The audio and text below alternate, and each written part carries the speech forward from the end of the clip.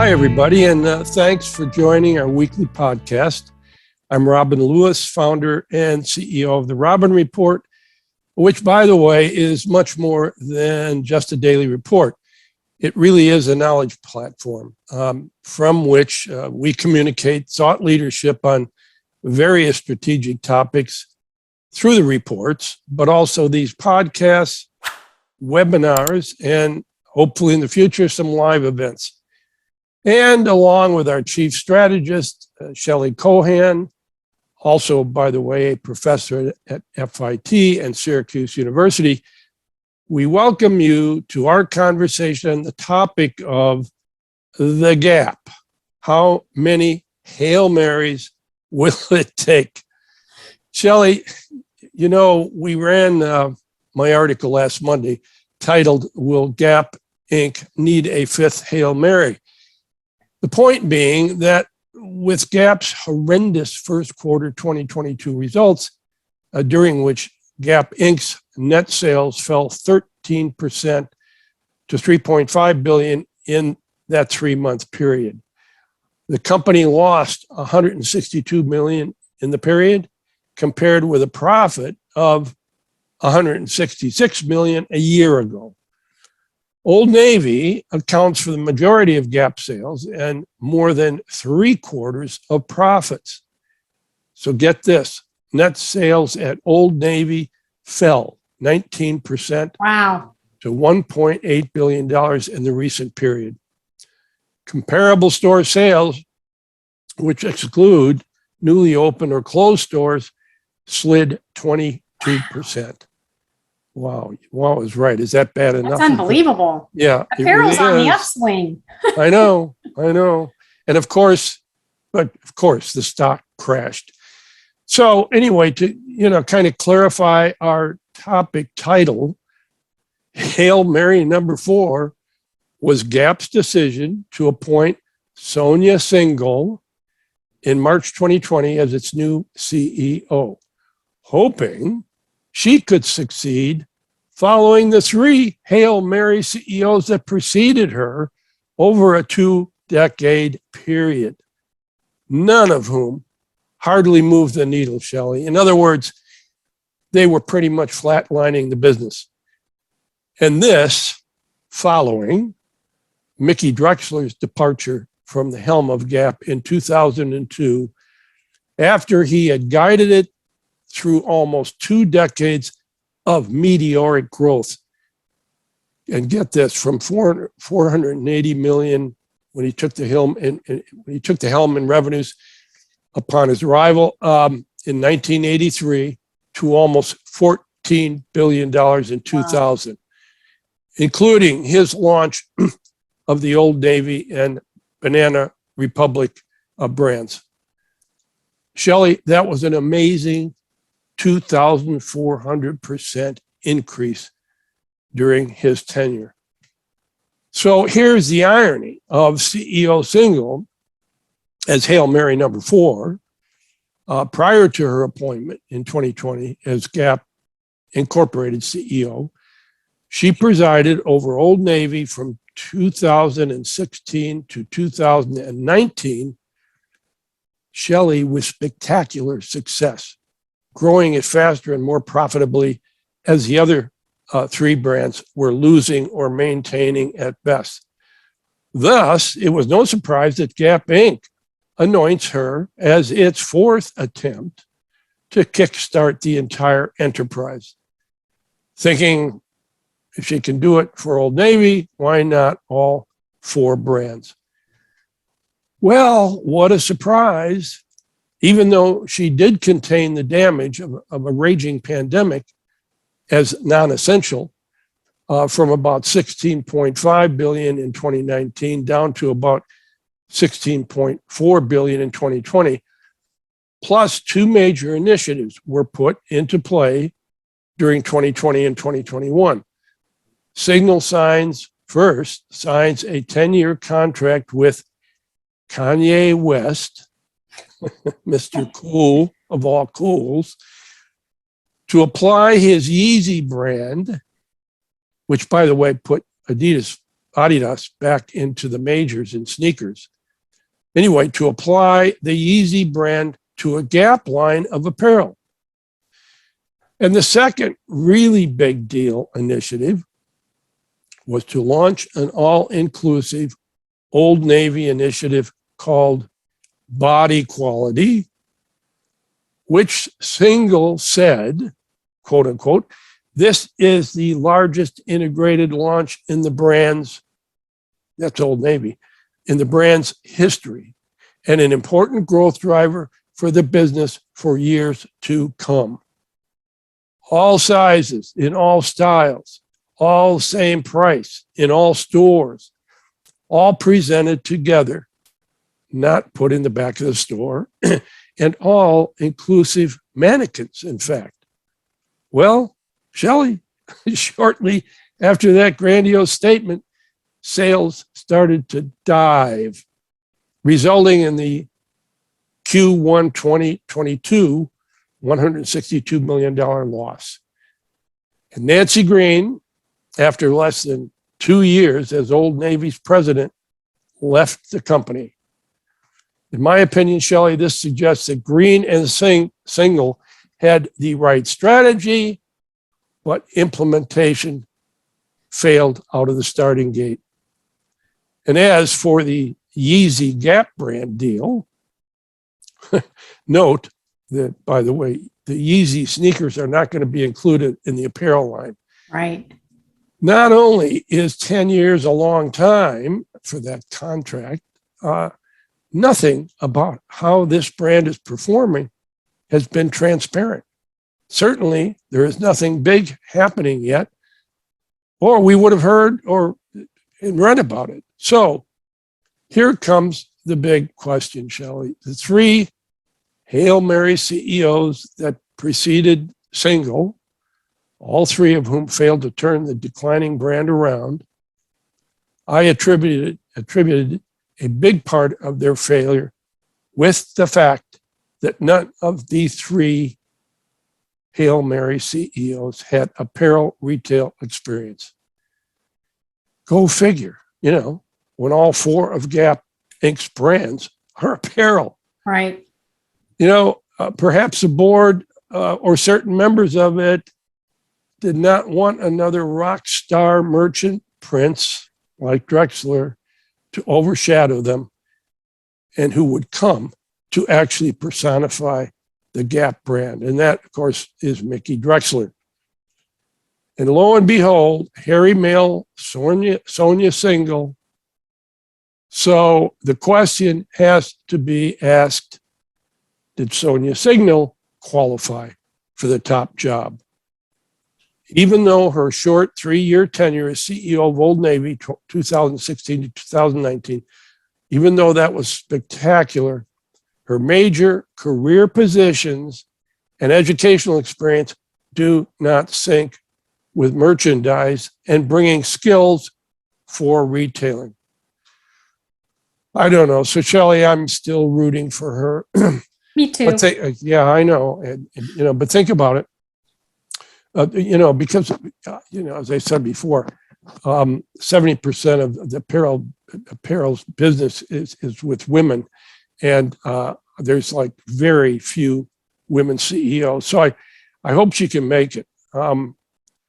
The Gap's business across the board is apparel retailing. The question is, how can they put somebody in charge who has no apparel retailing experience? So Shelley, can you give us another kind of specialty retailer in the apparel space and kind of targeting a similar demographic and whose CEO has not only the experience, but also is doing the all-inclusive thing and doing it successfully? Well, of course, Jay Schottenstein comes to mind. CEO of American Eagle Outfitters, of course. And Robin, I've been following this brand for many, many years. Yep. But he's been in the apparel accessories retail business for more than 4 decades. And he's also led really well-known, specifically retail apparel accessory brands. And he actually follows in the footsteps of his father, Jerome. and he comes from a whole family of retailers that actually specialize in apparel. So since 1992, Jay, along with his father, they're the ones that kind of forged a path that led to the evolution of AEO, American Eagle Outfitters, from a single branded company to now they are really considered a multi-brand global business. Yeah. And Jay's the reason really why AEO very slowly, methodically has really taken away market share from the likes of, Levi, Victoria's Secret, The Gap, and giving AEO and Aerie a strong leadership position in the market. And you mentioned inclusivity. And of course, Aerie is kind of the poster child of exclusivity. It was launched back in 2014. And if you remember, Robin, when it first launched, the brand really centered around body positivity and inclusion. Remember the real marketing campaign? It was really the first time on a broad, wide scale that we saw these real models modeling the lingerie. And this was a big shift in consumer marketing. Also, Shelley, that took a lot of guts to do that. Anyway. Absolutely. Aerie really redefined the standards of beauty by encouraging young women to love their own bodies and stop seeking this unrealistic body perfection. Yep. So the timing was spot on. The target market was right for this type of marketing back then. So if you go back to 2014, young millennials at that time were between 18 and 22, and Gen Z at that time were, preteen to 17. So these are the generations that really rejected perfection, a la Victoria's Secret, and accepted imperfection, or better stated as accepted of one's own self. This is the core market for Aerie, 15 to 25. So they hit this real sweet spot at the right time. Love yourself. Yep. And that perfect bodied image should not be a standard that young women strive to achieve. So the brand really has struck a chord with consumers who value social responsibility, body positivity, inclusion, and also a community that supports each other. Aerie's mission, as you know, Robin, is to empower all women to love their real selves. So it's really part of the whole brand ethos. And just as a comparison, since you mentioned the drop of 162 million, the loss at Gap Q1, AEO actually had a $32 million profit in Q1 2022. Wow. So sales were up 2% for all brands at AEO, and Aerie was up 8%.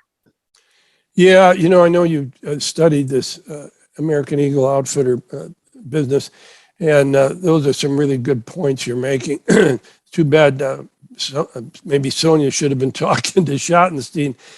And Shelley, what about the branding experience? Like Unsubscribe that they launched in East Hampton.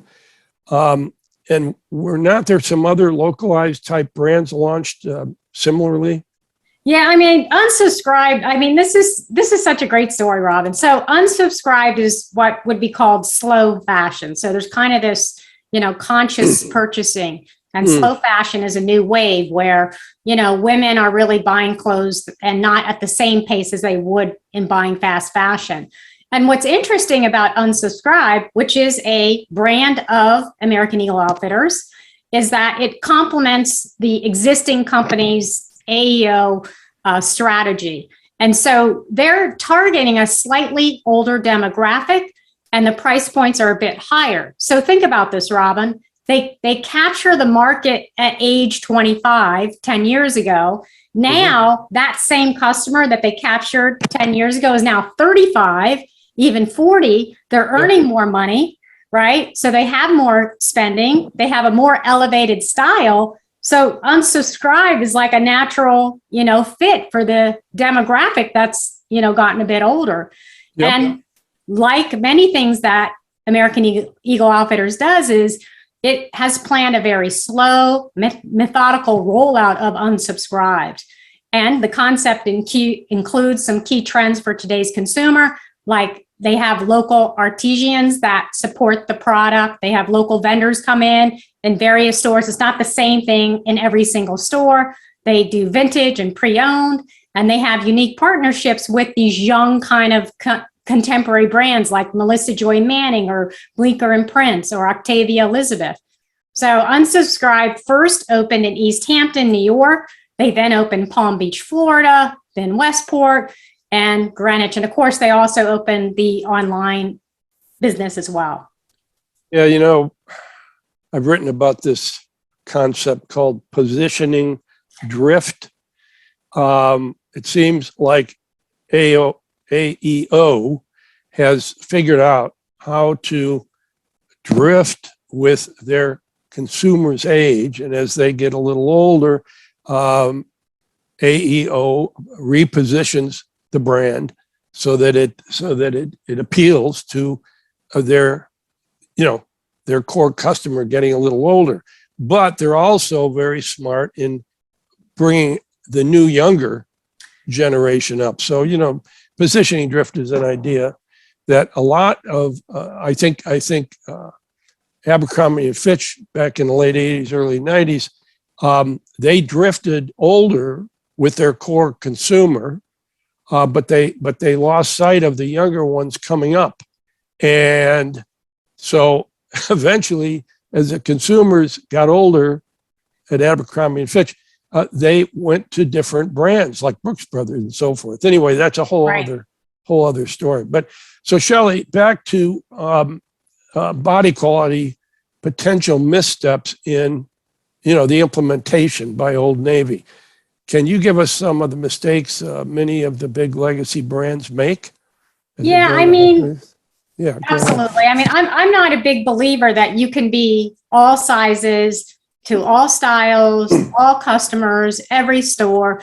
There's a reason this never been kind of done successfully before, and you have to consider the physical limitations of store footprint. So if you have a 2,500 square foot store that can only house so many SKUs, when you go to expand into these, all sizes, everyone, all styles, only so much fits in that 2,500 square feet. So there's got to be decisions about what's not going to fit. And so I think that's a big consideration in terms of that. The brand, Old Navy, can't offer this endless aisle in physical retail stores.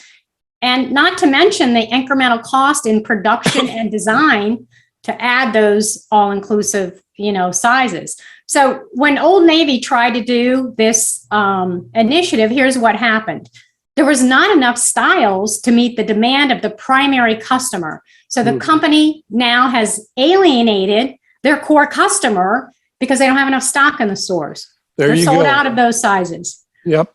And then there's overstock in the smallest and the largest styles, right? So the company has to run promotions and sales to churn through the inventory, which then impacts margin and profits. Got it. So as you quoted in your article, which was excellent, Robin. Thank you. Renee Bevenou, she's the founder. Bevenou, sorry, Renee Bevenou, founder of and owner of Raise the Bar and the creator of Middle Sisters, said, pulling out of sizes that didn't sell at the launch and sending the plus size customer online to shop without the tools to find her fit didn't work either. So, how do you shop for new sizing without really understanding how the sizing fits? So this is a recipe for high returns, highly frustrated customers, and the company, and these are customers the company's trying to win over. And did I mention that they've already ticked off their core customer by running out of stock? So, I mean, Old Navy should have a specific narrow focus on a target market and go really deep into that market. It just can't be all for everyone. So figure out which segment you want to go after that segment with age appropriate and size appropriate merchandise. And here's an interesting fun fact, Robin. The average American woman today, the average size is 18. Wow. That was 14 5 years ago. Unbelievable. So many brands are actually having to go through and kind of adjust assortments. Adding sizing is very challenging. So grading is when you have a model size and then you grade up or you grade down. to get all the size range. But grading is not as simple as it sounds. So Alvanon, one of our sponsors, they talk about there's direct evidence that you just can't take one sample size and grade up to a 24. There's certain steps in the design process that have to be stopped and changed and modified to make sure that design fits the way it should fit on size 24 as it does on size 10. What this does is it makes design and production time and resources, and it also adds operating costs to the business beyond just inventory investment. And I have to bring this up, but no one's really talking about this. Having the same price for all sizes, I actually think you might end up alienate the small sized customer. So, Robin, today's consumer is very smart, and they know they're very educated. And with all this inflationary pricing looming over their heads, they're very price sensitive. So I think a smaller size customer may not want to pay more for garments so the company can add larger sizes. So in other words, prices would be the same. So the smaller customer is paying for materials, less labor. So keeping the prices the same regardless of size may actually turn some customers off. Maybe different styles in different sizes might be the answer. Very interesting. Yeah, that's an area of the business that I have very limited knowledge of. But, Renee, and also your comments in this area are very helpful. But, Shelley, these huge legacy brands, once they hit maturity, they begin to focus more on profitability. Right. Cutting costs and bureaucracy sets in. They lose agility, thinking about just doing more of what we're doing now, but doing it better, and we will live forever. So, right. Do we have any examples of companies that have successfully tackled the addition of size ranges? Yeah, I'm actually going to give you two examples. So the difference between Old Navy and let's say Target or Victoria's Secret, both who have gone off after this wider assortment for size inclusivity, is this. And I'm going to go one by one. So let's start with Target. So Target has a much broader demographic across 100 million Red Circle customers. So providing a larger assortment on a more narrow selection of apparel makes sense. Target does not have a huge variety of apparel. They're very focused in the apparel that they have. And there's not going to be this heavy investment in just more products of existing styles offered to, get to the broader size range. When Target set out to build All in Motion, and this is one of my favorite stories, All in Motion is its inclusive athleisure wear line. They made a brilliant decision. Target asked the customers what they were looking for, and they invited the customer in to help in the design process of the products, right? So of course, when it launched, it was an immediate success. Oh, wow. Yeah. It grew to $1 billion in 1 year. So, Amazing. Yeah, so I think they really did it right. Target certainly has a broader demographic than Gap, so the size range of customers is probably more diverse than, say, Old Navy. Target sales for the Q1 quarter were up 3%. I'll give you a contrary example. Victoria's Secret, which is completely opposite of Target in terms of assortment. Victoria's Secret is highly, highly specialized, and it runs a very, very narrow assortment, meaning they just are really focused on intimate apparel mostly. Right. But those assortments run super deep. So when you add the added size range makes sense because they have such a niche product offering, lingerie. Got it. Yeah. So Victoria's Secret, which used to hold like 65% of the market back pre-pandemic days, has really lost some of its customers over to Aerie. But what it is doing, it's kind of adjusting its entire brand ethos as a result of Aerie and Aerie's marketing of size inclusivity. Which is one of the key changes Victoria's Secret has made. They had to really pivot from body perfection to body acceptance. And Victoria's Secret is still struggling. their sales are down 4.5% in Q1, but not because they added more size ranges. I actually think this has actually helped them with the business by adding more size ranges, because coming out of 2021, they were actually down almost 10%. So they've cut that drop in half. So honestly, I think Old Navy and the Gap in whole is down. It has that, is that infinite, they're down that infinite growth rabbit hole that you and I always talk about. We did a podcast last year on it. And maybe it's, maybe now it's time to right size the business and have a specific focus for each brand like it did previously. Yeah, Shelley, I think we can close with suggesting what you just said.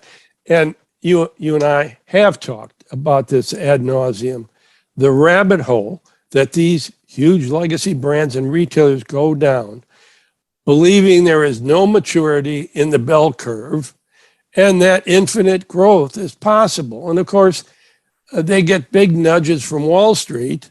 God forbid you have a quarter of lousy numbers. So I think about Mickey Drexler as the entrepreneur, right? Who scaled Gap Inc. at a jaw-dropping speed, waking up one morning, finding a Gap on every corner, the brand so hot that it was cool beyond belief. However, when there is more and more of it on every corner, no scarcity, Gap pumps it out and Wall Street is happy until, with young consumers, hot becomes not.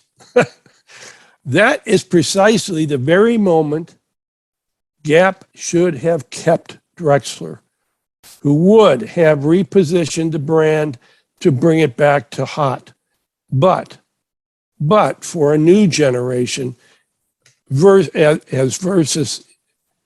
Victoria's Secret is doing, and AEO did, as opposed to 4 succeeding CEOs with no apparel retail experience. On that note, I do in fact hope Sonia Signal can find a new trajectory. Yeah, I'm rooting for her too, and I hope they do turn it around. So for our listeners, you can find more of our podcast on Apple, Spotify, Buzzsprout, and therobinreport.com. Please look for us on YouTube, where we broadcast our podcast as well. And please remember to follow us on social media, link in with us, follow us on Twitter for the latest thoughts about the industry. And I want to thank everybody again.